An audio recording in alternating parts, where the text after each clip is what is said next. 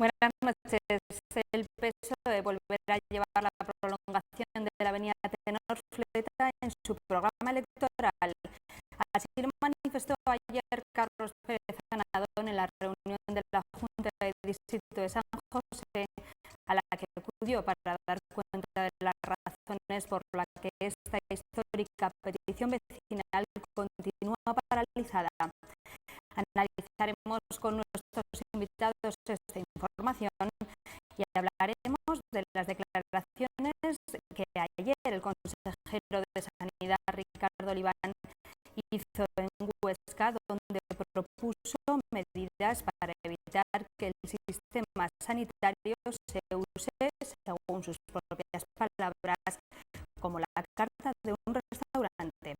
Y concluiremos nuestro programa de hoy hablando de la situación catalana. El ministro de Justicia, Rafael Català, avisa de que el gobierno podría impugnar la consulta alternativa del 9 de noviembre. Para tratar estos temas ya nos acompaña esta noche Carmen Dueso, consejera de Servicios Públicos del Ayuntamiento. Buenas noches. Buenas noches. José Manuel Alonso, portavoz de Izquierda Unida en el Ayuntamiento. Buenas noches. Muy buenas noches. Y Rosa Santos, senadora del PAR. Buenas noches. Buenas noches. Comenzamos hablando, como decíamos, de un proyecto muy solicitado por los vecinos de San José. Es la prolongación de la avenida Tenor-Fleta, un proyecto que ayer mismo Carlos Pérez Ganadón aseguró que llevará en su programa electoral tras haber explicado a los vecinos del citado barrio Zaragoza, ¿no?, las razones de su paralización. Estamos ante un proyecto muy demandado, muy esperado, que creéis que realmente veremos convertido en una realidad en la próxima legislatura si gobierna en este caso Carlos Pérez Ganadón. Carmen. Bueno, pues esa es nuestra intención. La verdad es que el Partido Socialista siempre ha abogado por este proyecto porque pensamos que es un proyecto que es bueno no solamente para San José, que lo es, sino también para el resto de la ciudad. Porque en definitiva lo que hace es conectar la Z30 con el centro de la ciudad, pues con Sagasta, Gran Vía, en fin. Es un proyecto de gran importancia, por lo tanto ya se intentó poner en marcha en 2009 y de hecho ya se sacó a licitación, incluso creo que concursaron 9 empresas, pero en aquel momento, debido a los fondos ICO que impedían hacer inversiones, se tuvo que paralizar.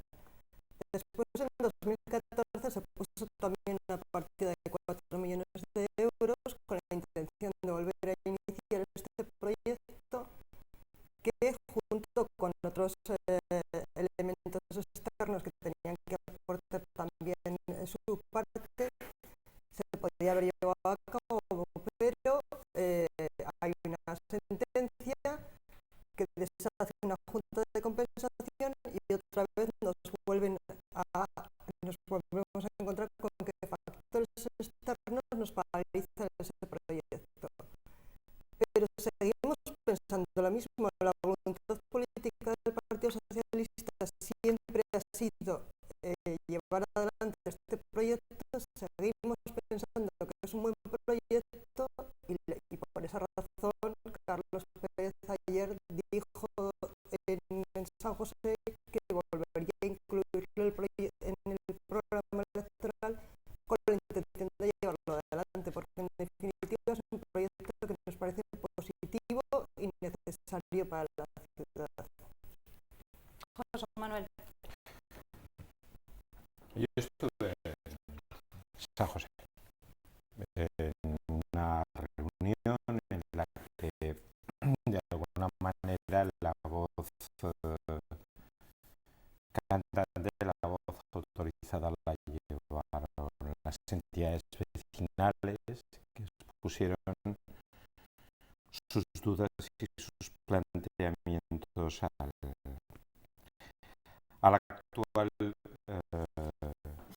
responsable de urbanismo de la ciudad y al futuro, evidentemente, por la elección del Partido Socialista, candidato a la alcaldía.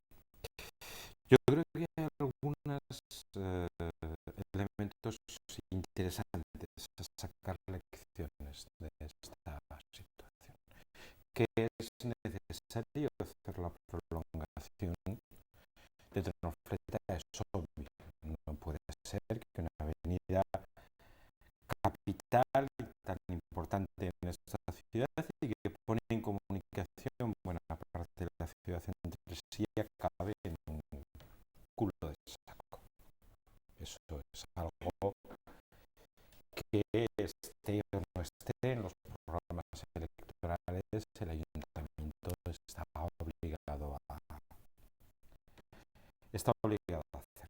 Lleva 2 legislaturas programar el Partido Socialista. Pero lo que los vecinos exigían sobre todo era claridad. Eran las razones por las que ahora no se han hecho, las razones por las que se demora y las razones por las que en un futuro se puede o hacer o puede volver a quedar demorado. Yo hay alguna cuestión que me gustaría añadir o en todo caso, en algún caso también explicar a lo que ha planteado aquí Carmen Dueso. Es verdad que el asunto no es un asunto exclusivamente de la ciudad de Zaragoza. Es un asunto en el que están también la gestora de infraestructuras ferroviarias, la DIF, que tiene un cajón de vías que es necesario retirar y para lo cual se necesita una inversión importante. Esa parte de esa inversión corresponde a los propietarios del suelo, de los famosos 38, para que la gente no se entienda, los que están a un lado y a otro del tercer cinturón, nada más pasar el Príncipe Felipe. Esos propietarios del suelo deben de pagar una parte de esa urbanización y a ese acuerdo se llegó con ellos cuando se firmaron unos convenios que han resultado rechazados en los tribunales o que los tribunales han considerado que por una u otra razón no eran correctos. Yo creo que lo que hay que hacer es decirle a los vecinos que es preciso ponerse al trabajo, que ese trabajo no va a ser rápido, que el ayuntamiento no puede renunciar a los 4 o 5 millones, en este caso 4 eran los que había en esa junta de compensación, que tienen que poner los propietarios del suelo que van a verse beneficiados con esa apertura y que deben de pagar una parte sustancial de los gastos de urbanización, que el ayuntamiento de Zaragoza tiene limitadas las inversiones por vía algo tan simple como los presupuestos generales del Estado y que este tema además se necesita negociar con infraestructuras ferroviarias y que va a ser largo y complejo. Hay otra alternativa muy sencilla, que es la de asfaltar el camino que lleva a las vías, el camino que lleva a esas infraestructuras ferroviarias. Pero no creo que eso sea lo que quieran los vecinos. Puede ser una solución momentánea. Ya de hecho, buena parte de los vecinos utilizan esos caminos como salida vida, caminos hoy de tierra. Pero no es eso lo que quiere la vecindad. Hay que ponerse a ese trabajo, hay que explicar que es un trabajo complicado y arduo, y no cabe en hacer muchas más promesas con él que la exposición de la realidad, que yo creo que los vecinos de Zaragoza, los vecinos de San José y los del resto de la ciudad entienden perfectamente, porque son responsables, porque conocen la situación de su barrio y porque son copartícipes en la situación de la ciudad. Yo creo que buena parte de estos temas se arreglan siempre, se aclaran siempre hablando con claridad meridiana a los vecinos, y eso fue lo que trató de facilitar ayer la Junta de Distrito de San José con esta reunión y con esta intervención. Bueno, lo cierto es que los dos son municipalistas y yo me siento un poco aquí en minoría, un poco alejada del día a día, del caso concreto del barrio, aunque tuve oportunidad de conocerlo en su momento y lo hemos seguido de cerca. Yo creo que es un proyecto necesario. Era una promesa del PSOE, pero en marzo de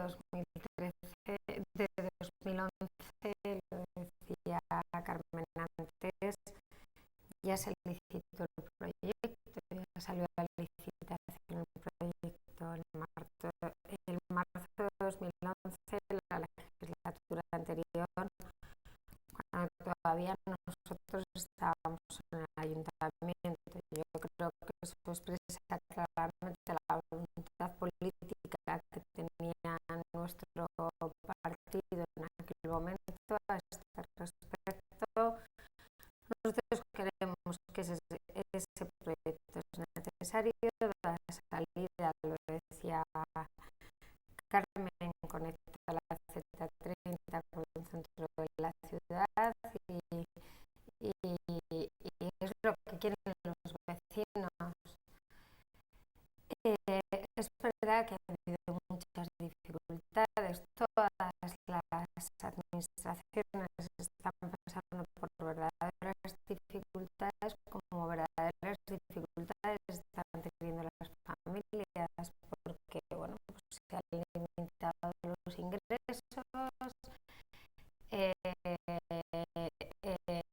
cada vez los gastos hay que ajustarlos más y no hay dinero para todo. No solamente por las limitaciones presupuestarias a las que hacía referencia José Manuel, sino porque no hay para todo.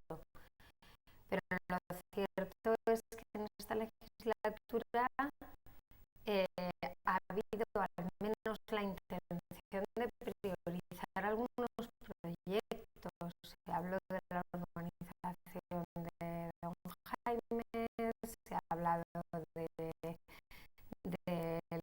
tranvía. Yo creo que a este asunto había que haberle dado solución, como mínimo para haberle buscado una solución, el principio de la solución final, y no se ha hecho. Entonces, no deja de ser sorprendente que quien es responsable en la actualidad de esta materia vuelva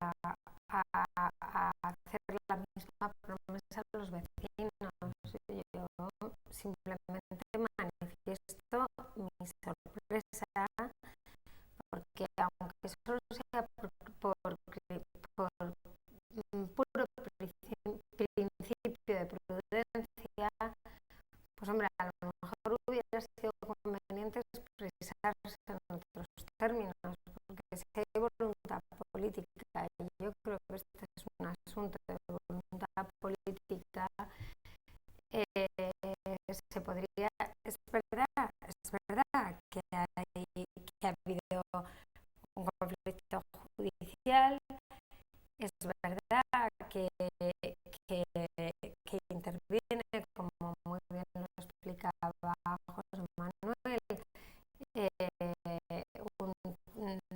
una relación con el ADIF que está bloqueando la urbanización de muchas zonas de la ciudad. Nos está pasando en toda la zona del Portillo, en toda la zona de la estación de Alicias, en definitiva en muchas partes de la ciudad, pero claro, hasta hay que darle salida. Estamos hablando de un tramo de ¿cuántos metros? Es que es un tramo pequeñísimo. Sí, pero capital y que salva un desnivel también muy importante. Correcto, con algunas dificultades de urbanización importantes. Pero bueno, yo creo que es un proyecto que debía ser una prioridad para el gobierno municipal y desde luego pienso que lo debe seguir siendo, lo debe ser para la próxima legislatura. Carmen. Hombre, prioridad lo es y lo ha sido. Y las dos veces que se paraliza este proyecto no ha sido por voluntad del gobierno municipal, ha sido por cuestiones absolutamente ajenas a las que tampoco se podía renunciar, como ha dicho antes José Manuel. Y ayer Carlos Pérez va a la Junta de Distrito otra vez a comprometerse porque seguimos pensando que es necesario.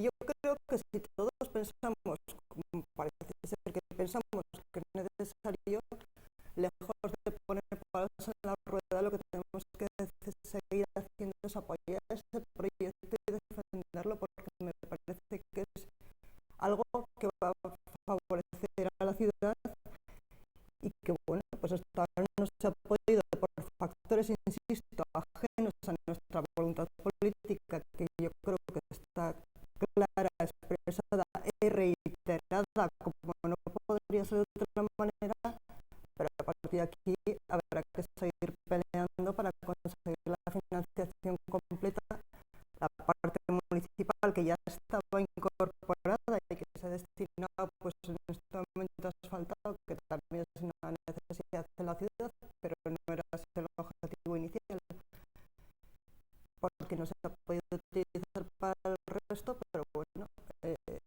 nuestra voluntad yo creo que la tenía que manifestar y que la manifestó, y lo volveremos a incorporar lógicamente otra vez en el programa.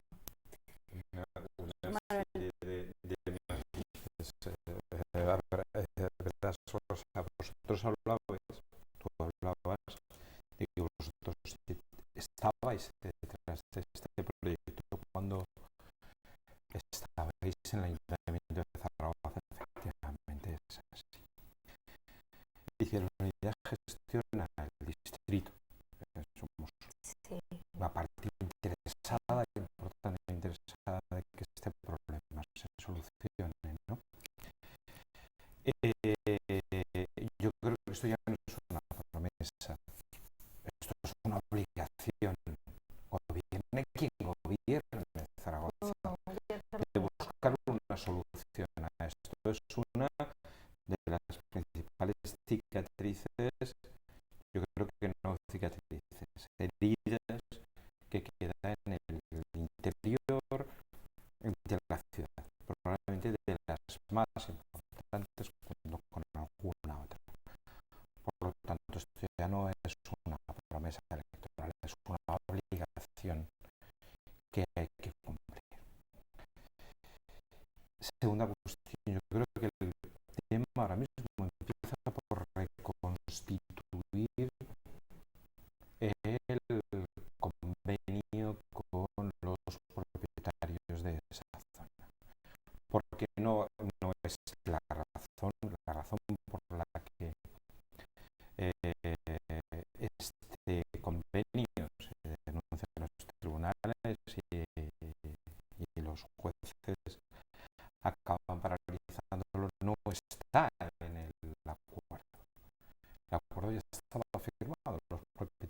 estaban dispuestos a poner una serie de millones importantes para coparticipar, como por otro lado su obligación en la urbanización de la zona. Hay que ponerse ya a reconstituir ese convenio.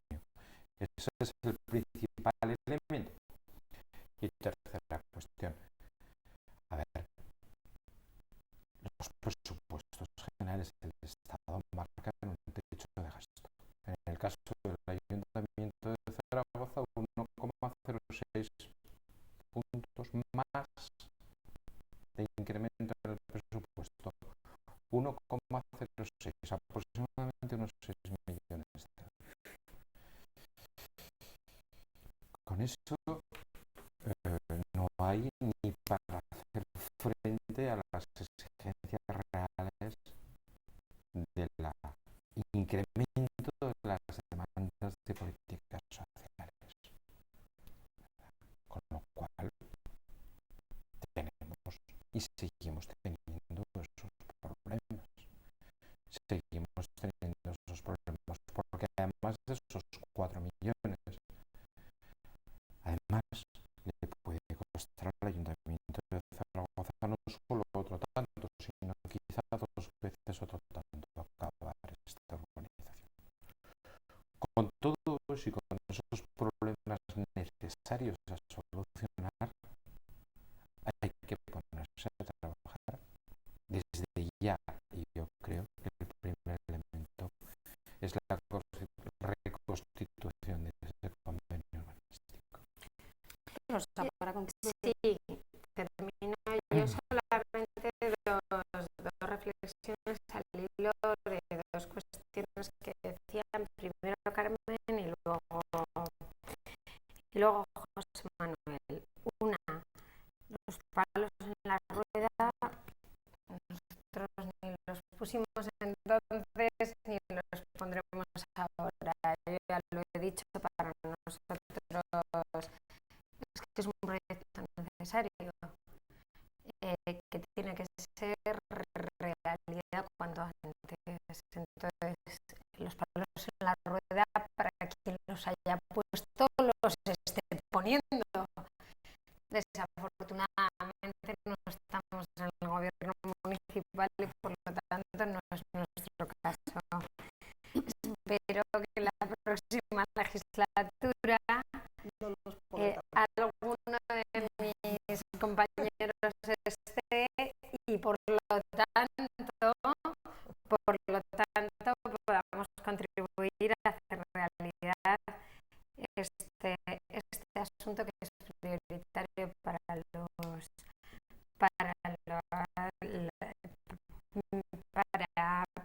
la gente del barrio. Y luego, Juan Manuel, es verdad, los presupuestos generales son muy limitativos. Pero son limitativos y tienen que ver también con el endeudamiento de las ciudades. Es decir, las limitaciones de gasto tienen que ver con el endeudamiento de las ciudades. Y no soy yo quien quiere sacar este tema aquí, pero el endeudamiento de Zaragoza pues es de todos conocido que es muy elevado. Lo voy a dejar ahí para no entrar en polémica porque no es el caso. Es verdad, y yo lo decía antes, al margen del endeudamiento de la ciudad de Zaragoza, que vuelvo a insistir, es la razón principal que está limitando el gasto. Los presupuestos están muy limitados en todas las administraciones porque los ingresos están verdaderamente mermados. Entonces, podemos, si queréis, hablar de financiación, de fiscalidad, de tantas cosas que ya hemos hablado.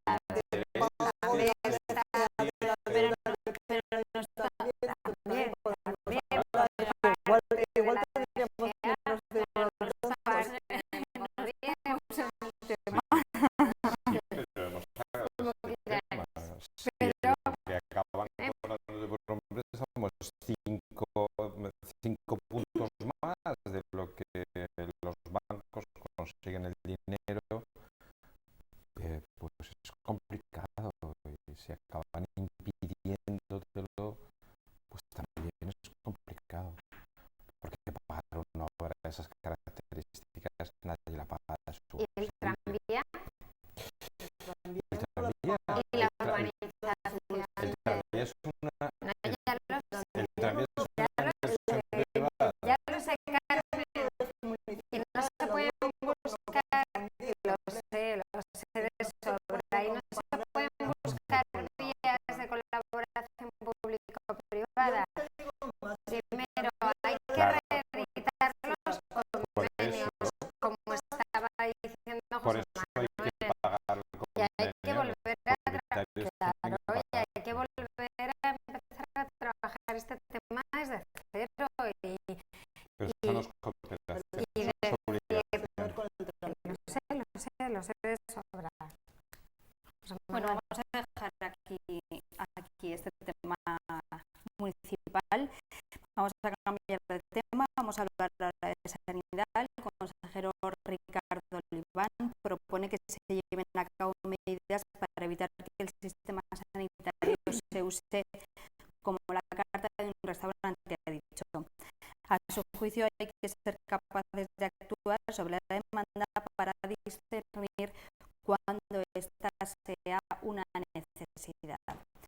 ¿Qué opináis de estas declaraciones? ¿Cómo creéis que puede afectar a nuestro sistema sanitario estas medidas que dice Ricardo Oliván? José Manuel. La primera cuestión que no me gusta en absoluto son los términos oferta-demanda en el sistema sanitario, en la garantía del derecho a la salud de la ciudadanía. Oferta-demanda.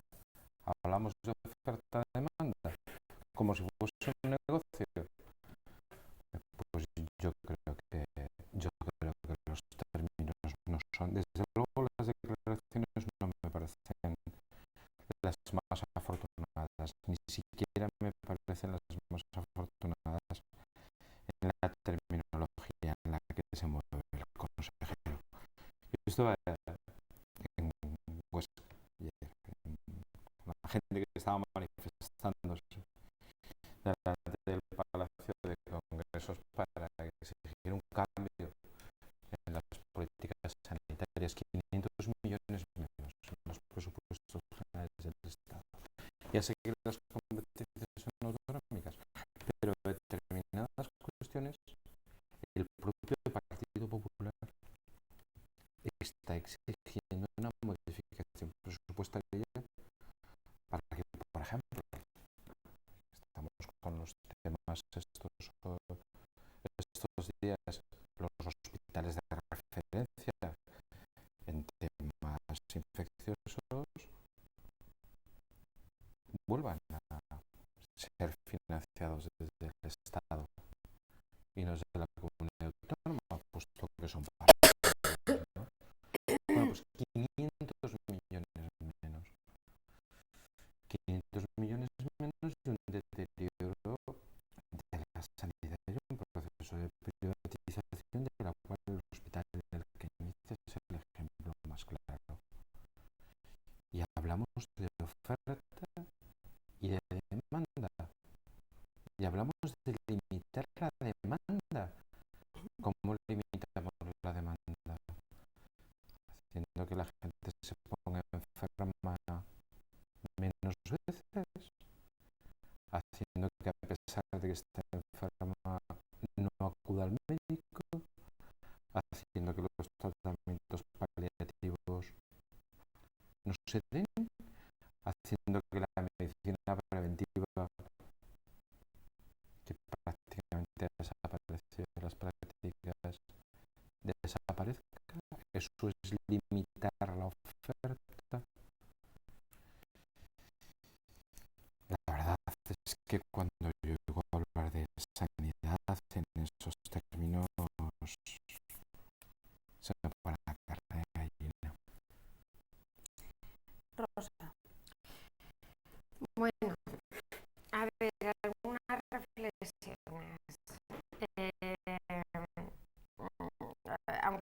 sean para el debate. La primera, la calidad de la sanidad aragonesa yo creo que ha sido puesta en valor por todos los ciudadanos aragoneses en una encuesta muy reciente. Figura entre las mejor valoradas de toda España. Entonces, lo digo también como reconocimiento a los profesionales de la sanidad, que me parece algo fundamental. Entonces, primera cuestión, la calidad de la sanidad aragonesa lo era en las legislaturas pasadas y todavía los ciudadanos tienen la percepción de que esa calidad es alta. Lo digo por diferenciarnos frente a otros y por hacer un reconocimiento explícito de los profesionales de la sanidad.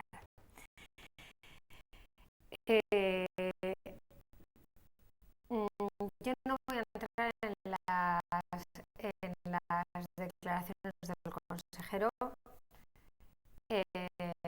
Personalmente creo que podrían haber sido más afortunada la frase, esa comparativa con la carta de los comedores. No voy a entrar en la declaración del consejero. Yo creo que tenemos modelos distintos de gestión sanitaria.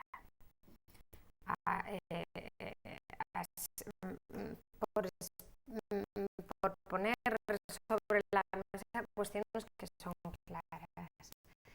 Evidentemente, José Manuel tiene un modelo de gestión sanitaria pública que ha defendido en esta mesa y en otras mesas, Izquierda Unida, y que es de todo el mundo conocido. Nosotros hemos hablado y ya lo pusimos en marcha con el Partido Socialista en las legislaturas pasadas en el Gobierno de Aragón, de la colaboración público-privada, que también en la gestión sanitaria se ha llevado a cabo y que nada tiene que ver con la privatización de la sanidad.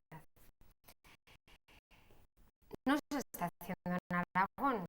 Yo creo que lo de Alcañiz que citaba José Manuel no es la privatización de la sanidad, pero sí que veo, y tengo que decirlo, en los próximos días entrará en el Senado la ley que modifica todo el sistema tributario, modifica el IVA y una serie de impuestos, y esa ley sí que destila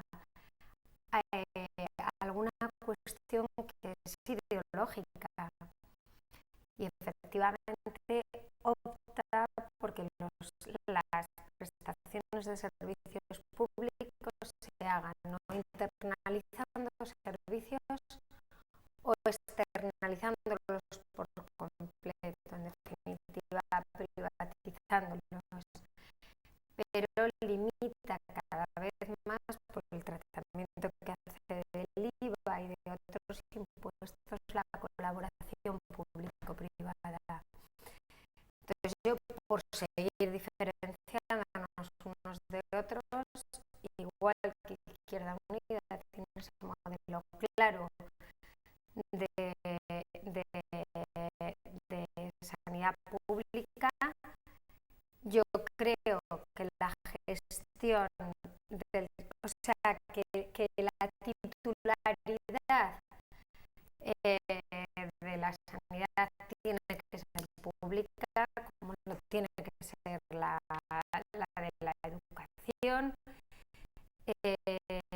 nosotros siempre hemos hablado de la colaboración público-privada ya en la gestión o en la ejecución del servicio. No estaríamos de acuerdo con una privatización de la sanidad que impidiera el acceso universal de la ciudadanía a la sanidad y bueno, yo creo que para marcar diferencias y para establecer diferencias de modelo, hasta aquí llego. Si el debate da para más, pero de momento hasta aquí lo dejo. Desde luego la ley que está a punto de aprobarse, que ya ha salido del Congreso y que entrará en el Senado en los próximos días, que nosotros vamos a enmendar, bueno, pues destila respecto de todos los servicios públicos esa impresión, al menos a nivel ideológico, que no compartimos. Carmen. Bueno, pues a mí la verdad es que las declaraciones, comparar a un enfermo con alguien que va a comer a la carta a un hospital, me parece como mínimo una indignidad, una falta de respeto a los enfermos y a los pacientes, e incluso una falta de sensibilidad absoluta por parte del consejero. Yo creo que no se puede estar más desafortunado. Da la sensación de que trata un poco de ocultar su propia ineficacia echándole la culpa a los enfermos. No, esto no funciona porque hay muchos, porque vienen muchos y porque piden mucho médico. Hombre, por favor, un poquito de respeto a las personas que tienen que ir al médico, que normalmente no se suele ir por gusto. La realidad es otra. La realidad es que en 2011 había 1.920 millones en el presupuesto y en el 2014 tenemos 1.680. Es decir, un 13% menos. Y eso repercute lógicamente en la calidad de los servicios que se prestan. No puede ser de otra manera. María Blanca sacaba un informe que él dirá que no es cierto, pero la realidad es que están los datos. 74.500 pacientes aragoneses esperando a ser recibidos por un especialista, y de ellos más de la mitad ni siquiera han sido citados, están a la espera de la primera cita. Se está incumpliendo sistemáticamente el decreto que marca los tiempos máximos para ser recibidos por el médico y para tener una respuesta sanitaria. Yo, francamente, hablan de que debería dimitir.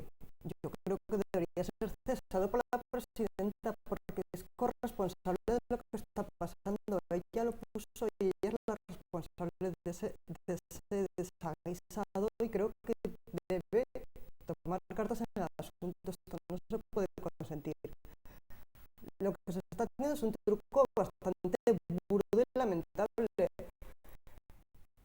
Cogemos a los enfermos, no les damos cita con el especialista, y de esta manera, como no llegan nunca al momento de una cirugía, pues no engrosamos las listas quirúrgicas. Oiga, por favor, un poco de seriedad. Es que esto no se puede hacer con la sanidad, no se puede hacer.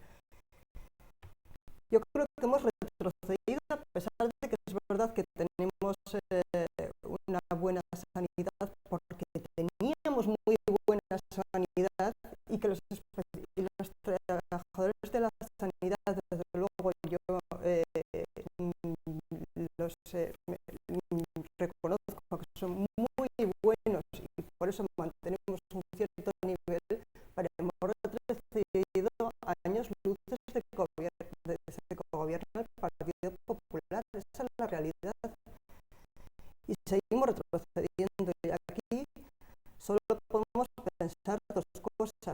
es por incapacidad y por ineficacia, o lo que es peor, que se está haciendo de forma intencionada con la intención de favorecer los intereses privados a la hora de hacer negocio con la sanidad, y eso ya me parecería muchísimo más grave.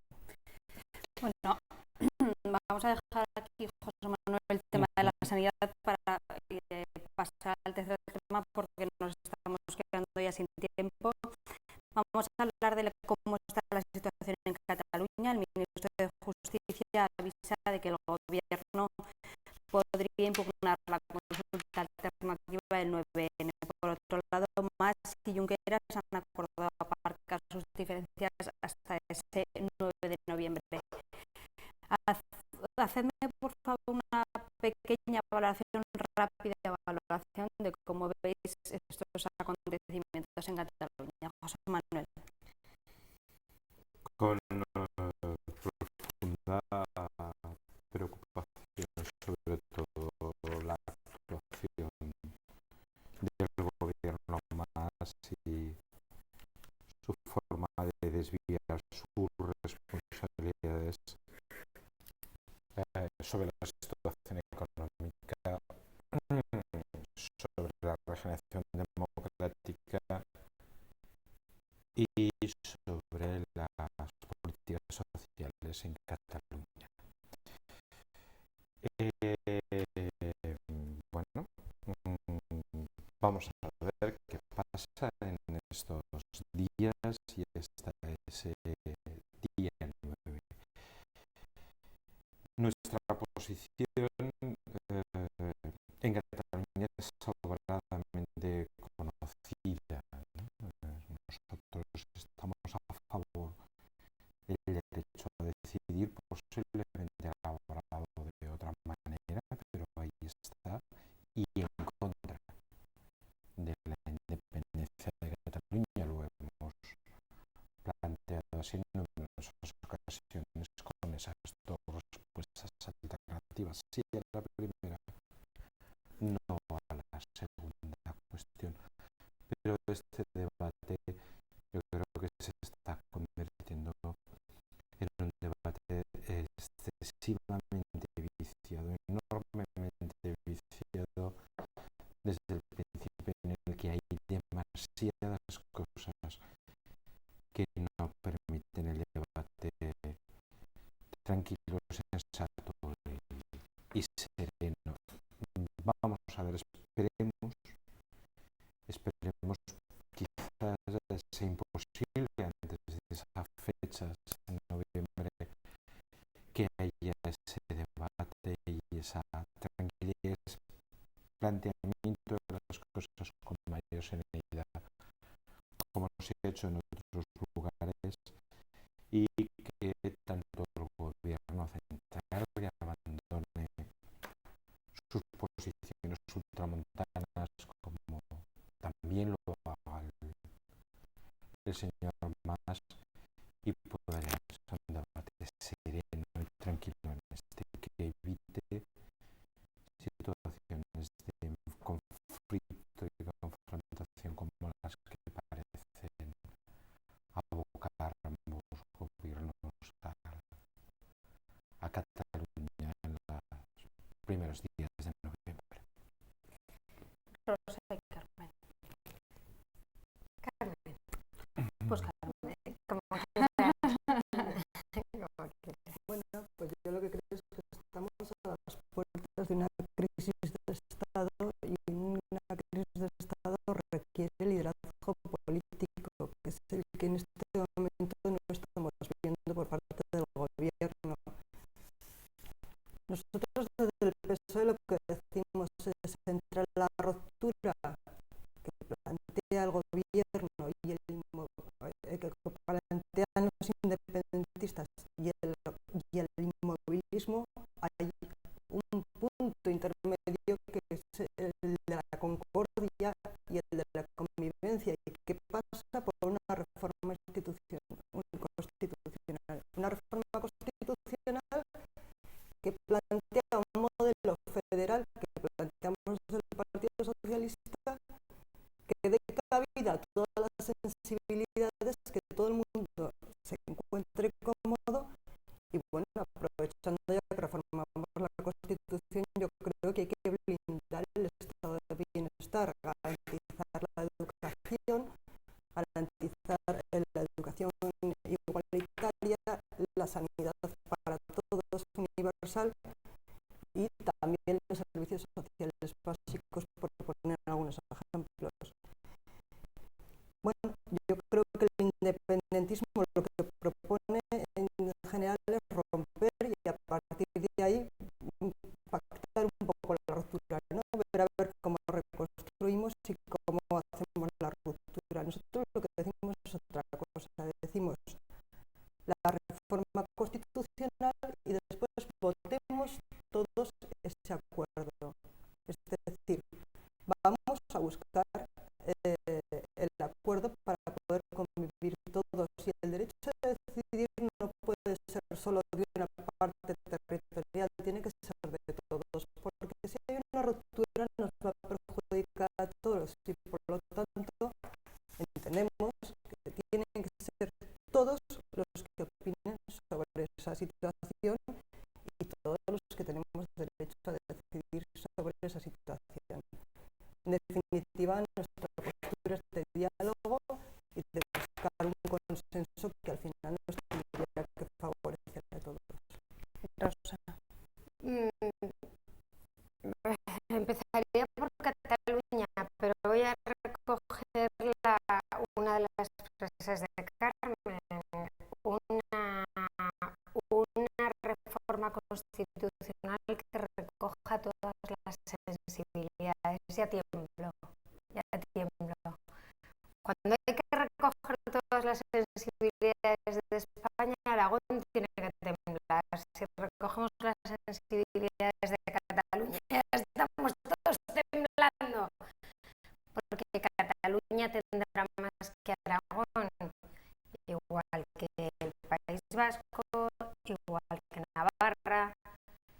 Estado federal puede ser una solución. Yo no soy partidaria de no abrir la Constitución. Creo que ha llegado el momento, cuando las aguas vuelvan a su cauce, cuando todo esté sereno, cuando pase la fecha conflictiva el 9 de noviembre, de que efectivamente se constituya. Creo que ya se podría haber hecho en esta legislatura, constituir una mesa de partidos para hablar de la posible reforma de la Constitución, porque hay muchas cosas que tratar. Necesariamente hay que hacer pactos de Estado sobre educación, sobre sanidad, sobre energía, sobre el modelo territorial. Ahora, modelo federal asimétrico, como parece que se está sugiriendo, no. Pero circunscribiéndonos a Cataluña,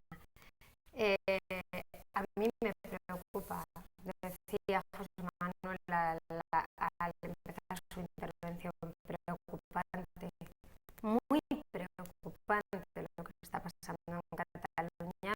Primero, más en los últimos meses nos está acostumbrando a un ejercicio de prestidigitación, que cada día se saca una cosa de la manga, hoy dice una cosa, mañana dice la contraria y pasa otra distinta. Evidentemente la base de la democracia es el respeto de la ley. Y ellos, en este caso más, por forzado o no, porque ya no se sabe, por su situación personal, que está abocada al abismo, y también por la situación de Esquerra, pues han querido violentar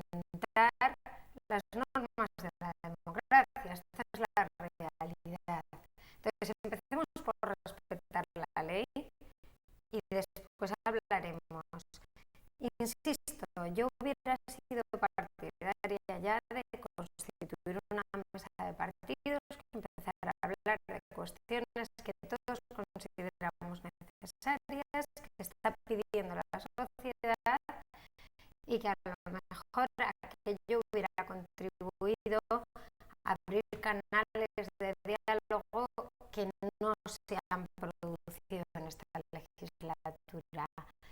Pero dicho lo cual, creo que el gobierno tiene la obligación de hacer salvaguardar la ley. Y de cara al futuro, pues podemos hablar de la reforma de la Constitución, pero en Aragón no nos vamos a conformar con un Estado federal que sea asimétrico y que dé a otros lo que no se le da a Aragón. Bueno, nos hemos quedado sin tiempo, ya lo siento, seguro que seguimos hablando en los próximos días de cómo evolucionan los acontecimientos en Cataluña. Muchísimas gracias a los tres por haber estado hoy en mesa de redacción. A ustedes les dejamos ahora con el programa Play Zaragoza y nos vemos el lunes. Adiós.